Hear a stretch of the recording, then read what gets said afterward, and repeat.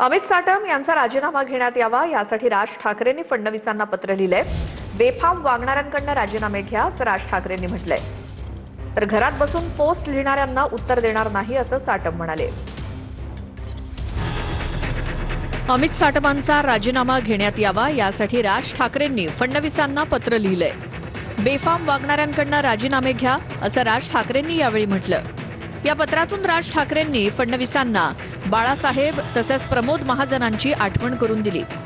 या नेत्यांनी स्वपक्षीय नेत्यांच्या चुकांवरती पांघरूण घातलं नाही अशी आठवण राज ठाकरेंनी फडणवीसांना करून दिली।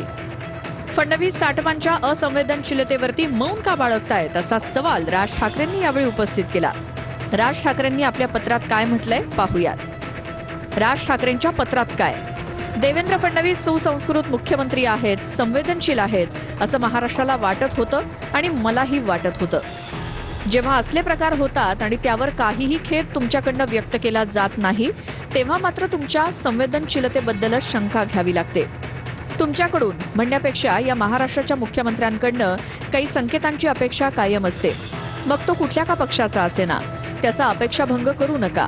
अन्यथा देवेंद्र फडणवीस हा माणूस फक्त स्वकीयांच्या चुकांना पाठीशी घालणारा भाऊ इतकीच तुमची प्रतिमा राहील आणि यात सगळ्यात महत्त्वाचं म्हणजे महाराष्ट्राच्या राजकारणात चुकीचे पायंडे पडतील।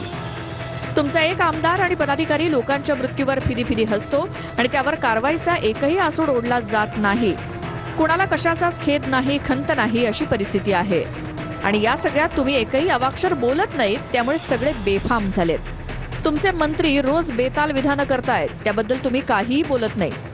तुमचे इतर नेते असंवेदनशीलता उघडपणे दाखवतात, त्यांना तुम्ही काही बोलत नाही।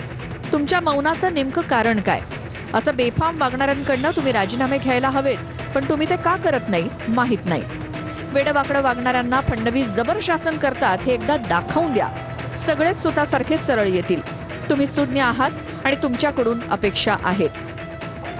राज ठाकरेंच्या या पत्रावर अमित साटमांनी घरात बसून पोस्ट लिहिणाऱ्यांना उत्तर देणार नाही अशी टीका केली।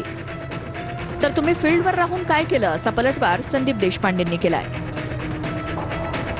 हे बघा, कॉन्टेक्स्ट बदलून विपर्यास करण्याचा प्रयत्न विरोधी पक्ष करत आहे हे मला समजत आहे आणि त्यामुळे जे घरामध्ये बसून पोस्ट लिहितात किंवा घरामध्ये बसून स्टेटमेंट देतात यांना उत्तर देण्याची आवश्यकता मला वाटत नाही।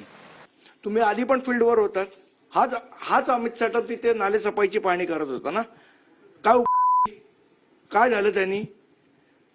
झाडं पडून एका लहान मुलाचा मृत्यू झाला, तुम्ही फील्डवर होऊन काय उत्तर द्यावं अमित साटम?